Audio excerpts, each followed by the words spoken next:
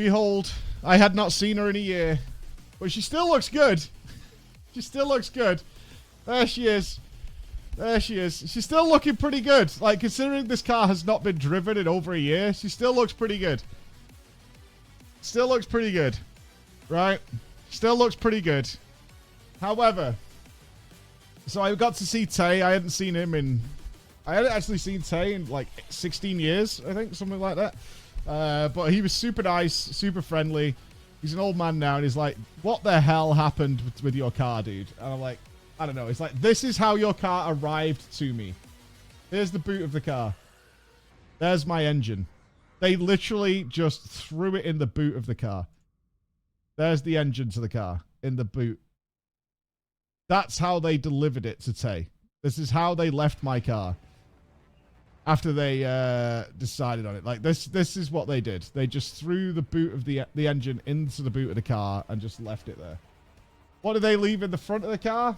A big fucking rusty hole. This is the front of the car. There's supposed to be an engine there.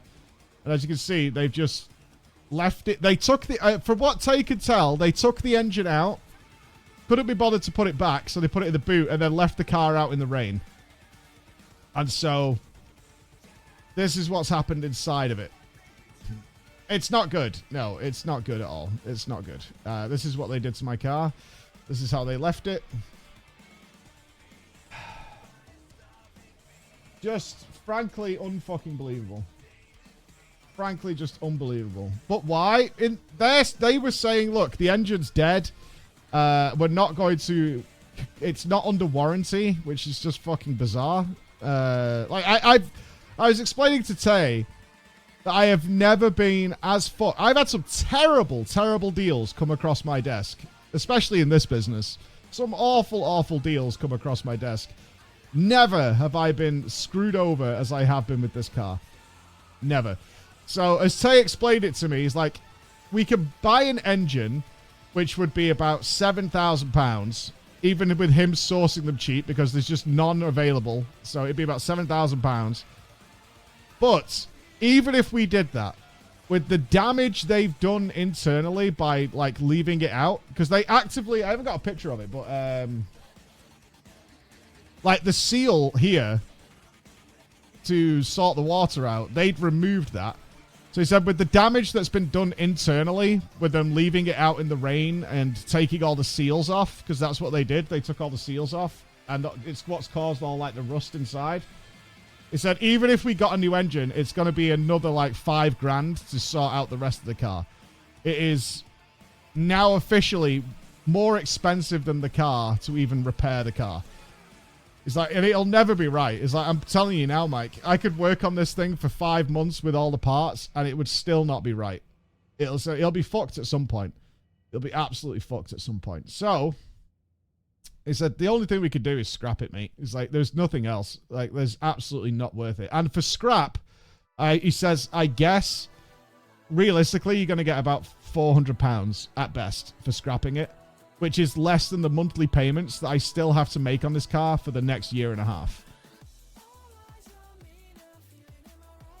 This is the reality I am in right now. So this car has cost me £12,000, and I have driven it for less than 1,000 miles in its entire lifetime.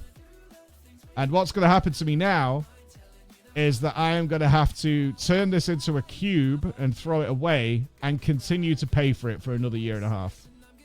That's what I've been left with. And I thought it was like, I can't even explain to you. We've been to legal avenues. We have been to the ombudsman. We have spoke to solicitors, and they are perfectly within their rights to leave me within this situation. And they said, yeah, it's unbelievable, but it is what it is. There's nothing you can do about it.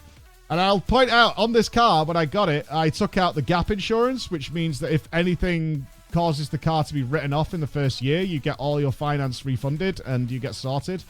Doesn't count if it's what they consider wear and tear. That's if it gets crashed into or something like that. And they're claiming this is wear and tear. And that's the legal ombudsman for the car industry. They're like, yeah, sorry. Nothing we can do about it. My insurance doesn't cover it, because it's wear and tear as far as they're concerned. Wear and tear for less than 1,000 miles. Yeah. Oh, it's the worst situation I've ever been in dealing with people, because I've dealt with the insurance company, I've dealt with the legal authority in the UK, I've dealt with multiple garages, I've dealt with the finance company.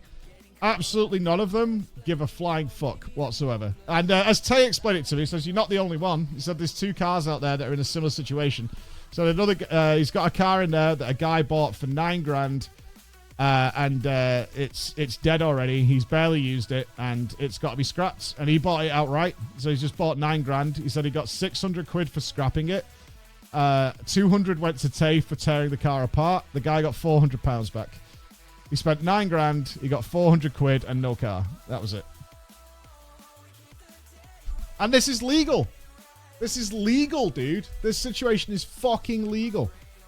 Am I gonna keep the cube? No. No, I'm not. Oh, yeah, the place I bought it from is absolutely still in business. Yeah. They're called the Car People. What it makes it even sorer is that I paid extra money to never have issues. Because I used to be in the car business, right? Some of you know that. My previous job, like before I started content creation stuff, was in vehicles. So I knew that it made sense to get like the free servicing. This is where I got it from, the car shop. To get the free servicing, the extended warranty, all that kind of stuff was absolutely worthwhile considering the nightmares I'd had with those vehicles. But this gets through the fucking loop. These people were terrible. They were perfectly fine when we were getting everything, but when it came to the problems, these are the people that called Emma a liar. They said there is no frigging way you drove this car to us. Because their service parts were on the side. It was like, you could literally check the CCTV. I drove the car in. It was like, no, you didn't. They called Emma a liar. And then they wouldn't give me a replacement car while it was in for... How long we were repairing it for? It was when we were in the office. It was like 6 months that they were constantly having the car in for repair before they decided it was dead. They wouldn't give me a replacement car. It was utterly... I'm gobsmacked that this is happening. I'm trying to push it out of my brain as to how frustrated and angry I've been with these people. But here it is. Here it is. I don't know. Like, I kind of want to go a bit scorched earth about it. But at the same time, it makes me so fucking sad talking about this fucking situation. Because I can't believe this can happen to anybody. But I suppose I should say something about it. We do have an audience, so we probably should do something. So I'll probably do I probably should do a video or something on it just to make people aware, because... Thank you, Gal. Thanks, Gal. So local newspapers and stations. Yeah. Why is it not covered under warranty? So, I'm not a mechanic, and I'd have to get the full breakdown. You wouldn't. But the situation that happened with the car is the cooling line apparently had a puncture in it somewhere. But this is what's caused the problem. Because I didn't need to use the car for anything extensive, like it was to go to the studio. That's why we bought the car, because it was going to be winter. I obviously have to move a lot of equipment around and things like that. So it made sense to pick up a car. So we got the car, but the journey is about 2 miles. It's not a lot, like to the studio and back. It's like 2 miles. So little journeys. And the car ran fine doing those journeys. We never had any issue at all.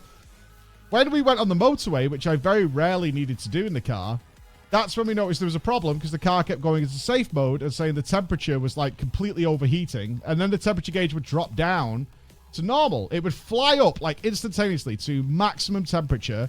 The car would go into safe mode, which drops you to like 30 miles an hour, which is really dangerous on the motorway. And then it would just suddenly go back to normal. So our theory was there was just something wrong with the computer or the sensor, because there's no way it was going to like 120 degrees and then back down to normal temperature instantaneously, right? That's not happening. So we took it to the car people, because then the service light came on at the same time. It's like, okay, there's something going on with the computer, because we knew it had just had a service before I bought it. It was part of buying it. So we took it to the car people, where they went out to the car and said, oh yeah, we know what, this is probably just a computer reset. They plugged the thing into it and reset the computer and gave the car back. They did it in about 2 minutes. Emma actually waited with the car while they did it. And we got the car back. Then, for about 6 weeks, we never had to go on the motorway. So the car was running fine. It was running totally fine because we were just doing the little journeys, going to the supermarket, dropping the kids off at school, whatever. Nothing mega was happening in the car. Until I then needed to go on the motorway again about 6 weeks later, and it did it again. I was like, oh, God, the issue's still here, blah, blah, blah, usual shit. I was going to my brother's, actually, and we checked it. Water was fine. He said it's probably a computer thing. These things are really temperamental. It's whatever. Runs on Windows Vista. So I took it back to the car people, who then said, oh, this is when they said you never drove this car in. This car has got massive cooling system problems. We were like, we did drive it in, blah, blah, blah. I'm like, no, you didn't. There's no way this car would possibly work, etc., etc. That's when they called Emma a liar. And then the manager had to call and was like, we didn't call you a liar. He said, yes, you did. Blah, blah, blah. And they said, I'm not dealing with them again. And it never fell to me. Usually I have Emma deal with this stuff because I'm streaming or whatever and I can't sit on the phone during the day. So then they said, look, your cooling line is punctured. So we're like, okay, it's going to take about a week, 10 days to fix because it's under warranty. We have to check what's going on. Okay. They then fixed that. Then they called to say, hey, we fixed the cooling line, but the coolant tank has a problem in it now. And I was like, right. How long is that going to take to fix? Couple of weeks. All right. Which then turned into like 3 weeks because Ford couldn't provide the part or whatever. And so I was like, okay. So we kept calling. You remember we were doing it on stream. It was like, we'll call and do an update and see where the car is because it was getting silly, right? Because they'd had the car at that point for going on 2 months. We then got a call to say, okay, we fixed that part, but now the timing belt is broken. And we need a special tool from Ford to fix your timing belt because we've taken the engine apart. We need to redo the timing belt, blah, blah, blah, blah, blah. I was like, okay. And thankfully, we have some mechanics in the stream who were like, yeah, it makes sense. Because I couldn't understand how this isn't predictable. Or how they can't find these problems until after they fixed the first problem. I was like, can you not just check the whole car to find problems and then fix it all at once? And they were like, no. And then the mechanics in the stream did back them up on that. It's like, no, you can't do that. You have to repair what you know is wrong. Then you find out what's wrong after that. It took then a further like 3 or 4 weeks for them to get this timing belt thing sorted because Ford couldn't get it or some shit like that. I don't fucking know. And then it came back again. And that's when they said the engine's dead. And that is not covered under warranty. So the coolant pipe, the coolant tank, the timing belt, all that was under warranty. But the engine's not under warranty. And so your car is now dead. So I went months without the car to then be told at the end of it, I'm never getting the car back again. And for some reason, that doesn't count. And their argument is, we can't prove that we didn't cause the damage. I was like, how the fuck do I destroy a coolant pipe, a coolant tank, and the engine driving to 2 or 3 miles a day? And they're like, we don't know. You could have done anything in it. We don't know what you did in the car. So, as far as we're concerned, you've caused this damage, and it's not covered under warranty. It's not a fault with the car. You've done it. And that's where the sticking point is. We can't prove it. And they're right. I can't prove it. I can't prove that I didn't do something to it. I know I didn't do something to it, but I can't prove it. And that's where we're at. Claims court? No, the solicitors won't touch it. It said if we've already been to the legal ombudsman who oversee this stuff and they've denied the claim, we have the email, they've denied there's an issue, then that's it. There's nothing we can do. There's no victory to be had. Like, there's no way you could do it. Shouldn't they prove you did? I would have thought so. Like, is there a stone chip? Is there, like, was there, you know, let's assume something flew off the road into the engine. Let's say I drove along a track or whatever. Then shouldn't there be, like, that kind of damage? Like something ricocheting around the engine or something? But, yeah, it doesn't count that way. It just doesn't work that way. We've been down every avenue. This has been going on since June last year. This has been going on for a year. And we've been dealing with it every which way. I have a stack of papers here from all the people who deal with it. So, there you go. Yeah, you'd have to record every second you've got on the car. So that's where we're at. That is where we're at, friends. So she's dead. She's going to cost me every month for the next year and a half. and I didn't get anything out of it. I don't need a car right now because we haven't even got the studio. Like, I learned to adapt without the car. I could borrow Emma's car on occasion. It was just out of a matter of convenience to make life easier to do things. So, yeah. A dash cam can't prove a stone didn't go in the engine. Like, what would you show? No, they've got CCTV showing that I drove it there. Yeah, they've got that. I mean, this has a high reputation. Like, it's not like this is a small-time business or anything like that. They have a high reputation. They do. They have a high reputation. This isn't like some back alley fucking car dealership. It's not. It's not a direct car dealership by any means, but it has a high reputation. I mean, they sell probably fucking, I don't know, what's their quota? Like 50 to 60 cars a week, something like that. But it is what it is. It's certainly not like a 2-bit fucking place. Do you know what I mean? It's not. It's not a 2-bit place to go and pick up a car. Yeah, it was called the Car People. Now it's called the Car Shop. Yeah, it's not a 2-bit place. It's not. I just got absolutely fucked on it.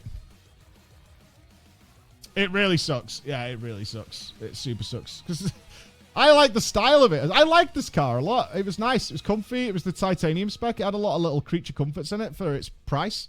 I mean, it was old. It was it was not super old. It's like a 66 plate. It was super comfy. Chris had a ride in it.